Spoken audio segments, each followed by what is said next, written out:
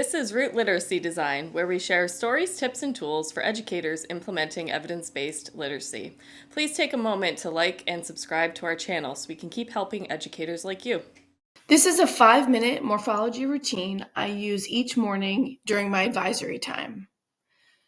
The tables are set up with materials that they need to do this activity. I use these tools to decide which morpheme I will be focusing on each week. Once I pick the morpheme, I use this template to fill out for my class. As you can see on the right side, there's a menu of choices that you can go through each week. And as the year goes on, you can change these menus of choices to have different activities. There's a live die in the bottom corner. At the bottom, I try to create a sentence that is about my class. We had just had a middle school dance.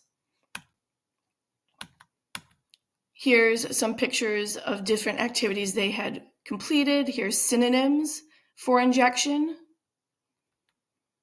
They drew a picture. And I try to save this for the last day of the week when we do derivations and come up with other words that have the same base. So this is a quick little routine you can use to start off your school year to really build your class's understanding of words.